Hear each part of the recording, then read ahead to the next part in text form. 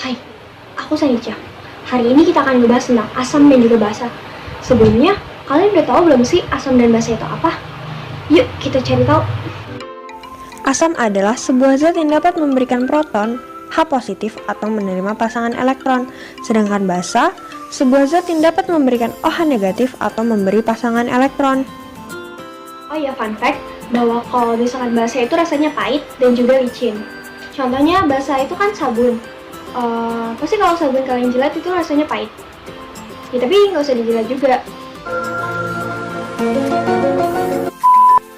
Ya udahlah, balik lagi. Dan kalau misalkan basa itu yang mengubah kertas lakmus yang sebelumnya merah menjadi biru. Dan kalau asam itu yang sebelumnya kertas lakmus yang berwarna biru menjadi merah. Sekarang kita langsung masuk ke reaksinya aja. Jadi kalau misalkan asam dan juga basa itu gabung, mereka akan membentuk kan terdapat ion H+ sama ion OH- itu akan menggabung dan akan membentuk air. Selain membentuk air, bisa juga membentuk garam, tapi tergantung reaksinya. Contoh, Cl sama NaOH. NaCl telah direaksikan dengan NaOH, itu akan mengeluarkan air, membentuk air, dan juga membentuk NaCl. Tapi beda lagi kalau misalkan senyawa lain yang direaksikan. Nah, selanjutnya kita akan membahas tentang kekuatan asam dan juga basa. Atau yang bisa kita tahu pH. pH itu singkatan dari potential hydrogen. Jadi range-nya itu adalah dari 1 sampai 14. Di atas 7 itu merupakan bersifat asam dan di bawah 7 yaitu bersifat basa. Dan di tengah-tengah yaitu bersifat netral.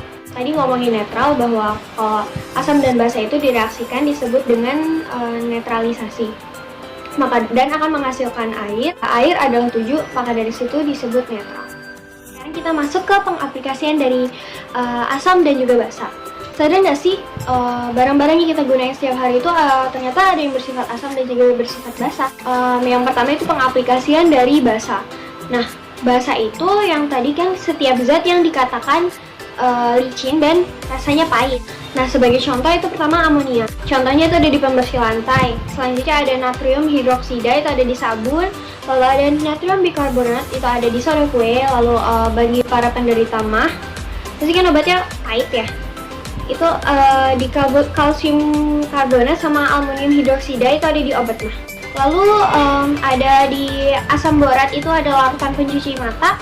Terus ada asam benzot itu di bahan pengawet makanan.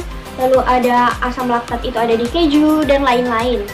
Oh iya, bahkan asam dan basa ini ada loh pengaplikasiannya di dunia pertanian. Nah, jadi pemanfaatan dari reaksi asam dan basa itu, yang pertama itu kita akan membahas dari media tanam, yaitu tanah.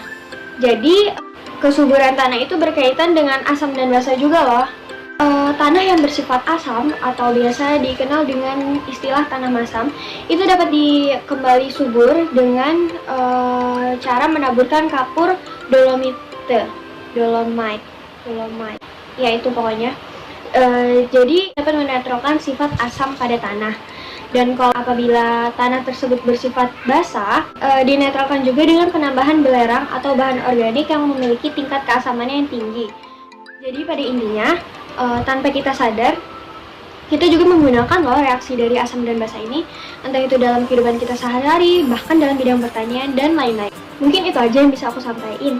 Terima kasih ya sudah nonton video sampai akhir. Semoga bermanfaat.